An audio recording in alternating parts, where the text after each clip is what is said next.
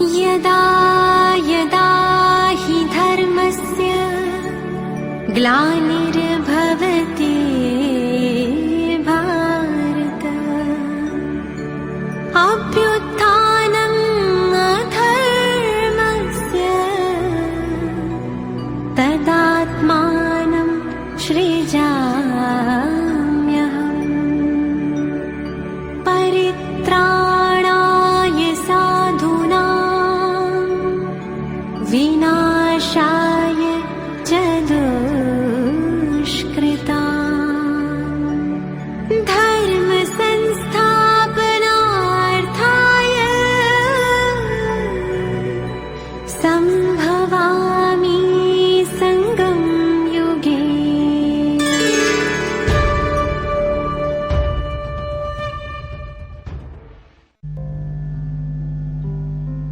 ஓம் சாந்தி. இன்றைய அவ்யக்த Murali 5 April 1970, 5 April 1970। सर्व point का सार பாயிண்ட் பனோ. அனைத்து ஞான கருத்துக்களின் சாரம் பாயிண்டாக புள்ளியாக மாறுவதே ஆகும். सभी सुनने चाहते हो व संपूर्ण बनने चाहते हो. அனைவரும் கேட்க விரும்புகின்றீர்களா அல்லது முழுமை பெற விரும்புகின்றீர்களா? संपूर्ण बनने के बाद सुनना होता होगा. முழுமை அடைந்த பிறகு கேட்க வேண்டி இருக்குமா? पहले है सुनना फिर है संपूर्ण बन जाना. முதலில் கேட்பது பிறகு முழுமை அடைவது. इतनी सभी पॉइंट सुनी है, उन सभी पॉइंट का स्वरूप क्या है जो बनना है. இவ்வளவு காலமாக எத்தனை எத்தனை ஞான கருத்துக்களை கேட்டீர்கள். இப்போது அந்த அனைத்து ஞான கருத்துக்களையும் சொரூபத்தில் எப்படி கொண்டு வருவது? सर्व सुने हुए पॉइंट का स्वरूप क्या बनना है. இதுவரையில் கேட்ட அனைத்து ஞான கருத்துக்களின் சொரூபமாக மாறுவது எப்படி? सर्व पॉइंट का सार व स्वरूप पॉइंट ही बनना है. அனைத்து ஞான கருத்துக்களின் சாரம் யாதெனில் பாயிண்டாக புள்ளியாக மாறுவதே ஆகும். सर्व पॉइंट का सार भी पॉइंट में आता है तो पॉइंट रूप बनना है. அனைத்து பாயிண்ட்களின் சாரமே பாயிண்டில் தான் வருகிறது, பாயிண்டாக மாறுவது. पॉइंट अति सूक्ष्म होता है जिसमें सभी समाया हुआ है. பாயிண்ட் என்ற ஒன்றில் மிக மிக சூக்ஷ்மமாக அனைத்துமே அடங்கி விடுகிறது. इस समय मुख्य पुरुषार्थ कौन सा चल रहा है. இப்போது நடைபெறும் முக்கியமான முயற்சி யாது? अभी पुरुषार्थ है विस्तार को समाने का. இப்போதைய முயற்சி யாதெனில் விஸ்தாரத்தை உள்ளடக்குவதே ஆகும். जिसको विस्तार को समाने का तरीका आ जाता है वही बाप दादा के समान बन जाते हैं. யாருக்கு விஸ்தாரத்தை உள்ளடக்கும் விதிமுறை தெரியுமோ அவர்களே பாப் தாதாவுக்கு நிகராக மாறுகின்றார்கள். पहले भी सुनाया था ना कि समाना और समेटना है. முன்பே சொல்லி இருக்கிறது, அதாவது உள்ளடக்குவது, அனைத்தையும் ஒன்று சேர்ப்பது. जिसको समेटना आता है उनको समाना भी आता है. யாருக்கு ஒன்று திரட்ட முடியுமோ அவரால் உள்ளடக்கவும் முடியும். बीज में कौन सी शक्ति है. விதையினுள் இருக்கும் சக்தி என்ன? वृक्ष के विस्तार को अपने में समाने की. முழு மரத்தினுடைய விஸ்தாரத்தையும் தன்னுள் அடக்கும் சக்தி ஒரு விதைக்குள் மட்டுமே உள்ளது. तो अब क्या पुरुषार्थ करना है. ஆக இப்போது செய்ய வேண்டிய முயற்சி என்ன? बीज स्वरूप स्थिति में स्थित होने का अर्थात अपने विस्तार को समाने का। तो यह चेक करो, விதை சொரூப நிலையில் நிலை பெற்று, அதாவது விஸ்தாரத்தை உள்ளடக்குவது, இது தன்னிடம் உள்ளதா என சோதித்தறிய வேண்டும். विस्तार करना तो सहज है, लेकिन विस्तार को समाना सरल हुआ?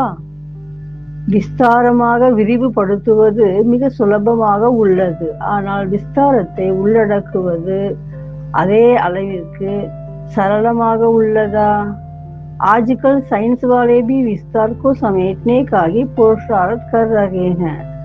இப்போதெல்லாம் அறிவியல் விஞ்ஞானிகள் உட்பட விஸ்தாரத்தை உள்ளடக்குவதற்காகவே முயற்சிகள் செய்கிறார்கள். साइंस पावर वाले भी तुम साइलेंस की शक्ति वालों से कॉपी करते हैं. அந்த அறிவியல் விஞ்ஞானிகளும் அமைதி சக்தி உள்ள உங்களை தான் காப்பி செய்கிறார்கள். जैसे जैसे साइलेंस की शक्ति सेना पुरुषार्थ करती है, वैसा ही वह भी पुरुषार्थ कर रहे हैं. அமைதி சக்தி சேனையான நீங்கள் செய்யும் முயற்சியை பார்த்து அவர்களும் முயற்சிக்கிறார்கள். पहले साइंस की शक्ति सेना इन्वेंशन करती है, फिर साइंस अपने रूप से इन्वेंशन करती है. முதலில் சைலன்ஸ் சேனையான நீங்கள் தான் கண்டுபிடிப்பை செய்கிறீர்கள், பிறகுதான் சயின்ஸ் அறிவியல் சக்தியானது தன்னுடைய கண்டுபிடிப்பை செய்கிறது. जैसे जैसे यहाँ रिफाइन होते जाते हैं, वैसे ही साइंस भी रिफाइन होती जाती है. இங்கே எந்த அளவிற்கு மிக மிக தெளிவு நிலை அடைந்து கொண்டே செல்கிறதோ அதன் பிறகே அதே மாதிரி அறிவியலும் தெளிவு நிலைக்கு சென்று கொண்டிருக்கிறது. जो बातें पहले उन्हों को भी असंभव लगती थी वह अब संभव होती जा रही है. முன்பெல்லாம் அவர்களுக்கு கூட எது இயலாத காரியமாக இருந்ததோ அது இப்போது மிக சுலபமாக கைகூடி வருகிறது. वैसे ही यहाँ भी असंभव बातें सरल और संभव होती जाती हैं. அவ்வாறே இங்கு கூட இயலாத காரியமும் சரளமாக நிகழ முடிகிறது. अब मुख्य पुरुषार्थ यही करना है कि आवाज में लाना जितना सहज है उतना ही आवाज से परे जाना सहज हो. இப்போது முக்கிய முயற்சி என்னவென்றால், சப்தத்தில் வருவது எவ்வளவு எளிமையாக உள்ளதோ அவ்வாறே சப்தத்தை கடந்து செல்வதும் எளிமையாக வேண்டும். इसको ही संपूर्ण स्थिति के समीप की स्थिति कहा जाता है. இதுவே முழுமை தன்மைக்கான அருகாண்மையில் இருக்கின்ற நிலையாகும். यह ग्रुप कौन सा है? இது எந்த कुळु? इस ग्रुप के हर एक मूर्ति में अपनी अपनी विशेषता है. இந்த குழுவில் உள்ள ஒவ்வொரு மூர்த்தியிடமும் அவரவருக்கே உள்ள विशेष तन्மை உள்ளது. विशेषता के कारण ही सृष्टि में विशेष आत्माएं बने हैं. அந்த விசேஷ தன்மைகள் இருக்கின்ற காரணத்தாலேயேதான் இந்த பூமியில் விசேஷ ஆத்மாக்களாக இருக்கின்றீர்கள். विशेष आत्माएं तो होगी, अब क्या बनना है? நீங்கள் அனைவருமே விசேஷ ஆத்மாக்கள் தான். இப்போது என்ன செய்ய வேண்டும்? விசேஷ ஹோ அப் சிரேஷ்ட பன்னா है. விசேஷமானவர் ஆகி இருக்கின்றீர்கள், இப்போது மிக உயர்ந்தவராக உன்னத நிலையை அடைய வேண்டும். श्रेष्ठ बनने के लिए भट्टी में क्या करेंगे? உயர்ந்தவராக உன்னத நிலை அடைவதற்காக பட்டியில் என்ன செய்வீர்கள்? इस ग्रुप में एक विशेषता है जो कोई में नहीं थी. வேறு யாரிடமும் இல்லாத ஒரு சிறப்பு அம்சம் இந்த குழுவில் உள்ளது. वह कौन सी एक विशेषता है? அது எந்த விசேஷ தன்மையாகும்? अपनी विशेषता को जानते हो தன்னுடைய சிறப்பாம்சம் என்னவென்று தெரிந்துள்ளீர்களா? इस ग्रुप की यही विशेषता देख रहे हैं कि पुरुषार्थी की लेवल में एक दो के नजदीक हैं. இந்த குரூப்பில் தென்படுவது என்னவென்றால், ஒவ்வொருவரும் தான் செய்யும் முயற்சியின் விகிதப்படி ஒருவருக்கொருவர் வெகு அருகாமையில் இருக்கின்றீர்கள். அரேக்கு के मन में कुछ करके दिखाने का ही उमंग है. ஒவ்வொருவரிடமும் ஏதாவது செய்து காண்பித்தே ஆக வேண்டும் என்ற ஊக்கம் உள்ளது. इसलिए इस ग्रुप को बाप दादा यही नाम दे रहे हैं, ओवनहार और उम्मीदवार ग्रुप. और यही ग्रुप है जो सृष्टि के सामने अपना असली रूप प्रत्यक्ष करके दिखा सकता है. எனவே இந்த குழுவிற்கு பாப்தாதா பெயர் தருகின்றார். இவர்கள் நிச்சயமாக மாறி காட்டக்கூடியவர்கள், நம்பிக்கை பூர்த்தி செய்கின்ற குழுவாவார்கள். சிருஷ்டிக்கு முன்பாக தன்னுடைய அசல் உண்மையான ரூபத்தை வெளிக்காட்டக்கூடியவர்கள். மைதான்மே கடி हुई சேனா யக. இவர்கள் உலகமெனும் மைதானத்தில் நின்று கொண்டிருக்கின்ற சேனையாவார்கள். ஆப் லோக் தோ பேக்போன் ஹோ. நீங்கள் அனைவரும் முதுகெலும்பாக இருந்து செயல்படுபவர்கள். तो बाप दादा के कर्तव्य को प्रत्यक्ष करने की यह बुझाए हैं. ஆக பாப் தாதாவின் மாபெரும் செயலில் வெளிப்படுத்துவதற்காக புஜங்களாக விளங்குபவர்கள் இவர்கள். मालूम है कि भुजाओं में क्या क्या अलंकार होते हैं. அந்த புஜங்களில் காணப்படும் அலங்காரம் என்னவென்று தெரியுமா? बाप दादा की भुजाएं अलंकारधारी हैं. बाप दादाविन भुजंगल अलंकारधारी आवाர்கள். तो अपने आप से पूछो कि हम भुजाएं अलंकारधारी हैं. ஆக தன்னை தானே கேட்டு பார்க்க வேண்டும், புஜங்களான நான் अलंकारधारिயாக உள்ளேனா? कौन कौन से अलंकार धारण किए हुए मैदान पर उपस्थित हो. எந்தெந்த அலங்காரங்களை கையாண்டு மைதானத்தில் நான் இருக்கின்றேன். சர்வ அலங்காரோं को जानते हो ना. அனைத்து அலங்காரங்களும் என்னவென்று தெரியுமா? तो अलंकारधारी भुजाए हो. ஆக அலங்காரம் உடைய புஜங்களா நீங்கள்? अलंकारधारी शक्तियों ही बाप दादा को शो करती हैं. அலங்காரதாரியான சக்திகளே பாப் தாதாவை வெளிப்படுத்தக்கூடியவர்கள். शक्तियों की भुजाएं कभी भी खाली नहीं दिखाते. சக்திகளின் கரங்கள் ஒருபோதும் வெறும் கையாக காண்பிப்பதில்லை. அலங்கார் காயம் ஹோங்கே தோ லல்கார் ஹோங்கி. அலங்காரம் இருக்கும் பொழுதுதான் அவர்கள் பெருமிதத்தோடு செயல்பட்டு வெற்றி வாகை சூட முடியும். तो बाप दादा आज क्या देख रहे हैं. ஆக இன்று பாப் தாதா பார்ப்பதென்ன? एक एक भुजा के अलंकार और रफ्तार. ஒவ்வொரு புஜத்தின் உள்ள அலங்காரமும் அதனுடைய வேகமும் பார்க்கின்றார். इस ग्रुप को बट्टी में क्या कराएंगे. இந்த குழுவினர் பட்டியில் என்ன செய்வீர்கள்? शक्तियों का मुख्य गुण क्या है. சக்திகளின் முக்கியமான குணம் என்ன? इस ग्रुप में एक तो शक्तिपन का पहला गुण निर्भयता. இந்த குழுவில் சக்திகளின் नंबर 1 குணமானது பயமற்ற தன்மையாகும். और दूसरा विस्तार को एक सेकंड में समेटने की युक्ति भी सिखाना है. மற்றொன்று விஸ்தாரத்தை ஒரு நொடியில் உள்ளடக்கக்கூடிய யுக்தியும் கற்றுக்கொள்ள வேண்டும்.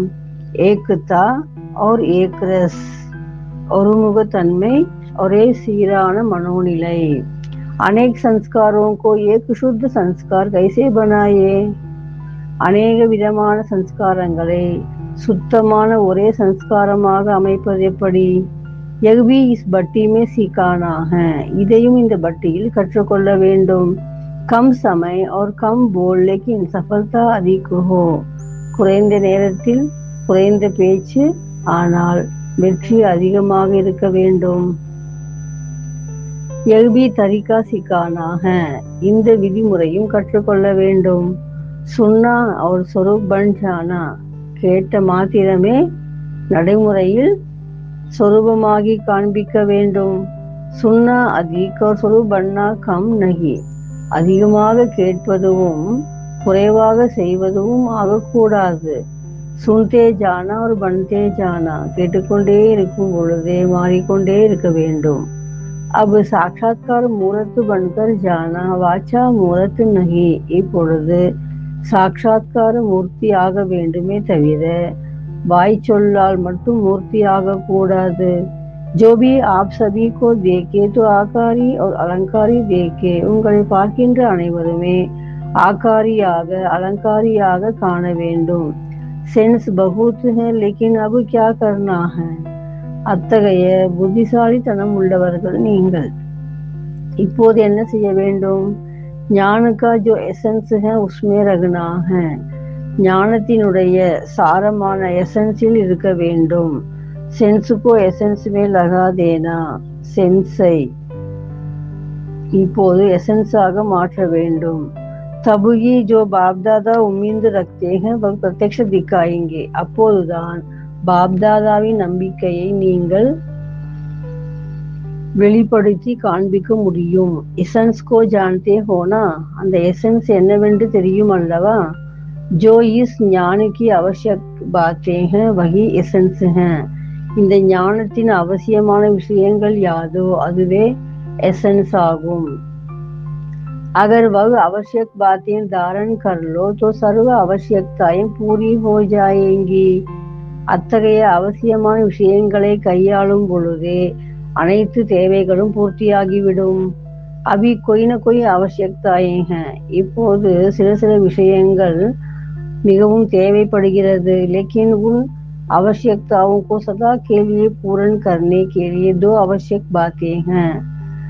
ஆக அந்த அவசியமான விஷயங்களை எல்லாம் பூர்த்தி செய்ய, சதா காலத்திற்கு நிவர்த்தி செய்ய முக்கியமாக 2 விஷயங்கள் தேவைப்படுகிறது, அவசியமாகின்றது. ஜோ பத்தாயி ஆகாரி और அலங்காரி பண்ணா, அதுதான் ஆகாரி ஆவதும் அலங்காரி ஆவதும் ஆகும். आकारी और अलंकारी बनने के लिए सिर्फ एक शब्द धारण करना है. ஆகாரியாகவும் அலங்காரியாகவும் மாறுவதற்காக ஒரு சொல்லை மட்டும் கையாண்டால் போதும். बहु कौन सा शब्द है, அது என்ன சொல்லாகும்? जिसमें आकारी और अलंकारी दोनों आ जाए. அந்த ஒன்றுக்குள் ஆகாரி அலங்காரி இரண்டும் வந்துவிட வேண்டும். बहु एक शब्द है लाइट, அந்த ஒரு சொல்தான் लाइट என்பதாகும். लाइट का अर्थ एक तो ज्योति भी है और लाइट का अर्थ हल्का भी है. लाइट எனும் பொழுது ஒரு வகையில் ஜோதி எனலாம், இன்னொரு புறம் லைட் என்றால் லேசு தன்மையும் ஆகும். तो हल्कापन और प्रकाशमय भी, ஆக லேசாகவும் இருக்க வேண்டும், பிரகாசமாகவும் இருக்க வேண்டும். अलंकारी भी और आकारी भी, ज्योति स्वरूप भी ज्वाला स्वरूप भी. और फिर அல்கா ஆகாரி, ஜோதி சொரூபம் மட்டுமல்லாமல் ஜுவாலா சொரூபமாக இருக்க வேண்டும். பிறகு அல்கா லேசு தன்மை மற்றும் ஆகாரி फरिश्ता ஆக வேண்டும். तो एक ही लाइट शब्द में दोनों बातें आ गई हैं. ஆக ஒரே ஒரு லைட் என்ற சொல்லுக்குள் இரண்டுமே வந்து விடுகிறது. इसमें कर्तव्य भी आ जाता है. कर्तव्य क्या है? लाइट हाउस बनना. இதற்குள் செய்ய வேண்டிய செயலும் வந்து விடுகிறது. அது என்ன செயல்? லைட் ஹவுஸ் ஆக கலங்கரை விளக்கமாக மாறுவதே ஆகும். லைட் மே स्वरूप भी आ जाता है. லைட் எனும் பொழுது சொரூபமும் வந்து விடுகிறது. கர்த்தவ்ய भी आ जाता है, செயலும் வந்து விடுகிறது.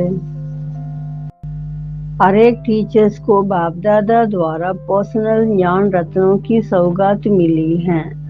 ஒவ்வொரு ஆசிரியர்களுக்கும் பாப் தாதாவிடம் இருந்து தனிப்பட்ட முறையில் ஞான ரத்தினங்களின் பரிசுகள் கிடைத்துள்ளது. टीका क्यों लगाया जाता है? நெற்றில் திலகம் வைப்பது ஏன்? जैसे तिलक मस्तिष्क पर भी लगाया जाता ऐसे ही बिंदी स्वरूप भी तिलक है जो सदैव लगा ही रहे. எப்படி நெற்றியில் திலகம் வைக்கப்படுகிறதோ அவ்வாறே பிந்தி சொரூபம் என்பது ஒரு திலகமாகும். அதுவும் எப்போதும் அணிந்திருக்க வேண்டும். दूसरा भविष्य का राज्य तिलक यह भी तिलक हैगी. மற்றொன்று நாளைய எதிர்காலத்தின் ராஜ திலகம், அதுவும் திலகம் தானே. दोनों की स्मृति रहे, இரண்டு விதமான நினைவுகளும் இருந்த வண்ணம் இருக்க வேண்டும். उसकी निशानी यह तिलक है, அதன் அடையாளமே இந்த திலகமாகும். நிசானி கோ தேக் நசா ரகே, அந்த அடையாளத்தை காணும் பொழுது பெருமிதம் கொள்ள வேண்டும். यह निशानी सदा काल के लिए दी जाती है, இந்த அடையாளம் சதா காலத்திற்கும் தரப்படுகிறது. जैसे सुनाया था பாயிண்ட், वैसे यह तिलक भी பாயிண்ட் है. எப்படி பாயிண்டை பற்றி சொல்லப்பட்டதோ அவ்வாறே இந்த திலகமும் ஒரு பாயிண்டே ஆகும், ஒரு புள்ளியே ஆகும். சமேட்னா और समाना आता है, அப்படி அனைத்தையும் உள்ளடக்குவது, ஒன்று சேர்ப்பது தெரியுமா? சமேட்னா और समाना यह जादूगरी का काम है. அனைத்தையும் ஒன்று சேர்த்து உள்ளடக்குவது என்பது மந்திர சக்தி வாய்ந்த வேலையாகும். जादूगर लोग कोई भी चीज को समेट कर भी दिखाते, समा कर भी दिखाते हैं. மந்திரவாதிகள் அப்படி சில பொருட்களை ஒன்று சேர்த்தும் காண்பிப்பார்கள், அதையே உள்ளடக்கியும் காண்பிப்பார்கள். इतनी बड़ी चीज छोटी में भी समा कर दिखाते, மிகப்பெரிய பொருட்களையும் ஒரு நொடியில் உள்ளடக்கி சுருட்டி காட்டி விடுவார்கள். यही जादूगरी सीखनी है, அத்தகைய மந்திர சக்தியை நீங்களும் கற்றுக்கொள்ள வேண்டும். பிராக்டிஸ் करो, இதையே பயிற்சியாக மேற்கொள்ளுங்கள். विस्तार में जाते फिर वहाँ ही समाने का पुरुषार्थ करो, விஸ்தாரத்திலும் செல்ல வேண்டும், அதே கணம் உள்ளடக்கும் முயற்சியும் செய்ய வேண்டும். जिस समय देखो कि बुद्धि बहुत विस्तार में गई हुई है, उस समय यह अभ्यास करो. எப்போதெல்லாம் புத்தி விஸ்தாரத்துக்கு செல்கிறதோ அப்போதெல்லாம் அதை அங்கேயே உள்ளடக்கும் பயிற்சியை மேற்கொள்ளுங்கள். இத்தனை விஸ்தார் கோ சமா சக்தே ஹோ, அந்த அளவிற்கு விஸ்தாரத்தை, பறந்து விரிந்து காணப்படும் விஷயங்களை ஒன்று சேர்க்க முடியுமா? தப் ஆப் பாப்கே சமான் பனேங்கே, அப்போதே நீங்கள் பாபாவுக்கு நிகராக மாறுவீர்கள். பாப் கோ ஜாதுகர் கவிதே ஹேனா, பாபாவை மந்திரவாதி என்பீர்கள் தானே. तो बच्चे क्या हैं, ஆக குழந்தைகள் எப்படிப்பட்டவர்கள்? शीतल स्वरूप और ज्योति स्वरूप दोनों ही स्वरूप में स्थित होना आता है. शीतल வடிவம் மற்றும் ஜோதி வடிவம் இரண்டிலும் நிலை பெற தெரிகிறதா? अभी अभी ज्योति स्वरूप, अभी अभी शीतल स्वरूप. நினைத்த மாத்திரமே ஜோதி स्वरूपமாக வேண்டும், அதே மறுகணம் शीतल स्वरूपமாக வேண்டும். जब दोनों स्वरूप में स्थित होना आता है तब एक स्थिति में रह सकती है.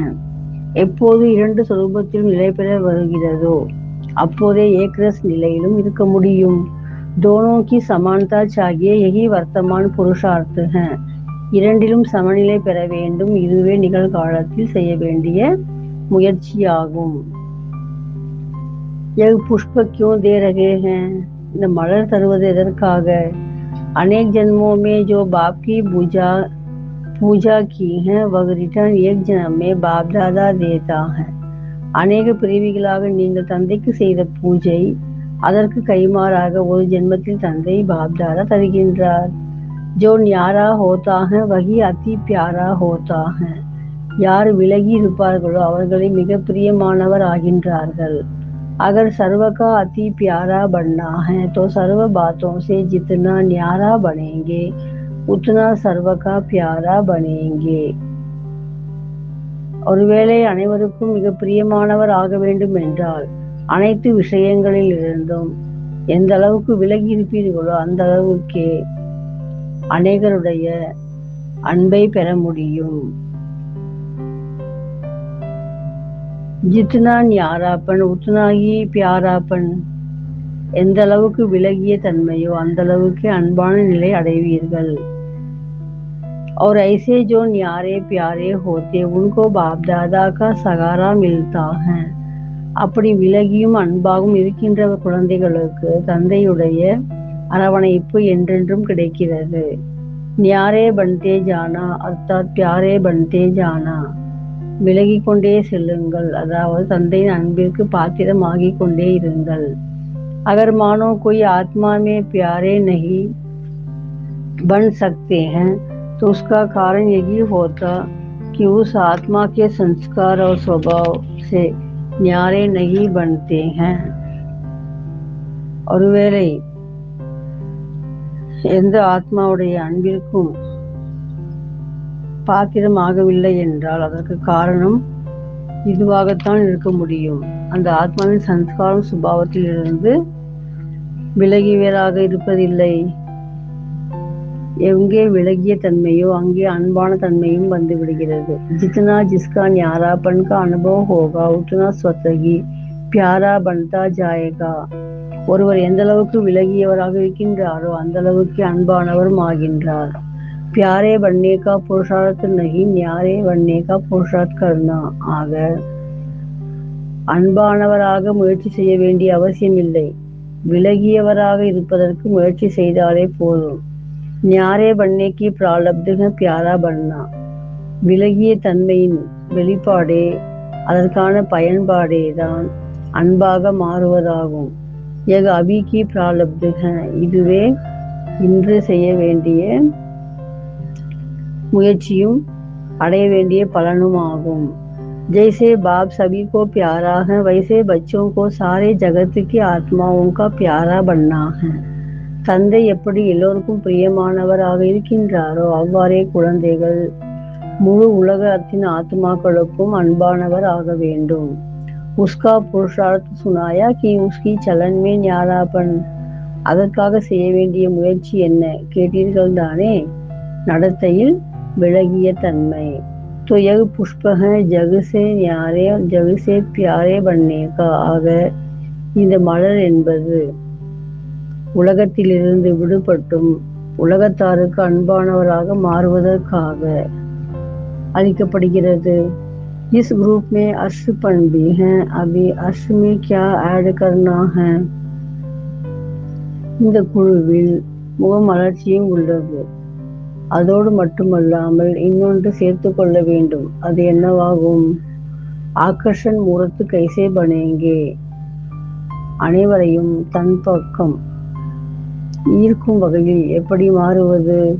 जब अपनी बुद्धि सर्व आकर्षणों से परे होगी तो आकर्षण मूर्त बनेंगे. தனது புத்தி மற்ற ஈர்ப்புகளில் இருந்து விடுபடும் பொழுதே ஆகர்ஷன் மூர்த்தியாக எல்லோரையும் தன்வசம் ஈர்க்கும் மூர்த்தியாக ஆவீர்கள். जब तक कोई भी आकर्षण बुद्धि में है तो वह आकर्षित नहीं हो सकते. எதுவரையில் எனது புத்தியில் ஏதேனும் ஈர்ப்பு இருக்குமோ அதுவரையில் எல்லோரையும் ஈர்க்கக்கூடிய சக்தி உள்ளவர் ஆக முடியாது. जो आकर्षण मूर्त बनते हैं वही आकारी मूर्त बनते हैं. அப்படி கவர்ச்சிக்கும் மூர்த்தியாக மாறுபவர்களே आकारी मूर्ति आवाர்கள். बाबा आकारी होते हुए भी आकर्षण मूर्त थे ना. பாபா ஆகாரியாக இருந்த பொழுதும் ஆகர்ஷண மூர்த்தியாக இருந்தார் அல்லவா? जितना जितना आकारी उतना उतना आकर्षण. எந்த அளவிற்கு ஆகாரியாக அதாவது ஒளி உடலோடு இருந்தாரோ அந்த அளவுக்கு ஈர்க்கும் சக்தி உள்ளவராக இருந்தார். जैसे वह लोग पृथ्वी से परे स्पेस में जाते तब पृथ्वी के आकर्षण से परे जाते हैं. எப்படி அறிவியல் விஞ்ஞானிகள் இந்த பூமியின் சக்தியை விட்டு மேல் நோக்கி விண்வெளிக்கு செல்கிறார்களோ அப்போது இந்த பூமியின் அட்ராக்ஷனை விட்டு விடுவித்துக் கொள்கிறார்கள். தும் புராணி துனியா கே ஆகர்ஷன் சே பரே ஜாயேங்கே. நீங்களும் பழைய உலகத்தின் கவர்ச்சியிலிருந்து விடுபட்டு செல்வீர்கள். फिर ना चाहते हुए भी आकर्षण मूर्त बन जाएंगे. அதன் பிறகு நீங்கள் விரும்பாத பொழுதும் கூட ஆகர்ஷண மூர்த்தி ஆவீர்கள். साकार में होते हुए भी सभी को आकारी देखना है. சாகார இந்த மானிட உடலில் இருந்த பொழுதே கூட ஆகாரி ஃபரிஸ்தாவாக தென்பட வேண்டும். சர்வீஸ் கா பி பகுத் பல் மில்தா है. சேவைக்கான பலம் அதிகம் கிடைக்கிறது. एक है अपने पुरुषार्थ का बल. ஒன்று தான் செய்யும் முயற்சிக்கான சக்தி एक औरों की सर्विस करने से भी बल मिलता है, இன்னொன்று மற்றவருக்கு சேவை செய்வதாலும் சக்தி கிடைக்கிறது. तो दोनों ही बल प्राप्त होते हैं, ஆக இரு வகையிலும் சக்தி கிடைக்கிறது. बाप दादा का स्नेह कैसे प्राप्त होता मालूम है? बाप दादाவின் அன்பை அடைவது எவ்விதம் தெரியுமா? जितना जितना बाप के कर्तव्य में सहयोगी बनते हैं उतना उतना स्नेह. எந்த அளவிற்கு பாப் தாதாவினுடைய செயலில் ஒத்துழைப்பாக சகயோகியாக விளங்குவீர்களோ அந்த அளவிற்கு அன்பை பெறுவீர்கள். कर्तव्य के सहयोग से स्नेह मिलता है. செயலில் துணையாக இருக்கும் பொழுதே, ஒத்துழைப்பாக இருக்கும் பொழுதே அன்பை அடைவீர்கள். ஐசா அனுபவம். இது போன்ற அனுபவம் கிடைத்துள்ளதா? जिस दिन कर्तव्य के अधिक सहयोगी होते हैं उस दिन स्नेह का विशेष अधिक अनुभव होता है. எப்போதெல்லாம் செயலில் அதிகமாக ஒத்துழைப்பை தருவீர்களோ அப்போதெல்லாம் அன்பெனும் விசேஷமான அனுபவம் அதிகம் கிடைத்துள்ளதா? சதா சகயோகி சதா சிநேகி. சதா சகயோகம் செய்பவர், ஒத்துழைப்பாக இருப்பவர் சதா அன்பானவர் ஆகின்றார். स्वमान कैसे प्राप्त होता है? சுயமரியாதை எப்படி கிடைக்கிறது? जितना निर्माण उतना स्वमान. எந்த அளவுக்கு பணிவோ அந்த அளவுக்கு சுயமரியாதை. और जितना जितना बाप दादा के समान उतना ही स्वमान. மேலும் எந்த அளவிற்கு பாப் தாதாவிற்கு நிகராக மாறுவீர்களோ அந்த அளவிற்கு சுயமரியாதையும் பெறுவீர்கள். निर्माण भी बनना है, समान भी बनना है. பணிவும் வேண்டும், சமநிலையும் பெற வேண்டும். ஐசாகி புருஷார்த் करना है. அத்தகைய முயற்சியை செய்ய வேண்டும். निर्माणता में भी कमी नहीं तो समानता में भी कमी नहीं. பணிவில் குறைவில்லாத பொழுது சமநிலையிலும் குறைவு காணாது. फिर स्वमान में भी कमी नहीं. பிறகு சுயமரியாதையும் குறையாது. अपनी स्वमान की परख समानता से देखनी है. தன்னுடைய சுயமரியாதைக்கான வித்தியாசத்தை சமநிலை வைத்து கண்டறியலாம்.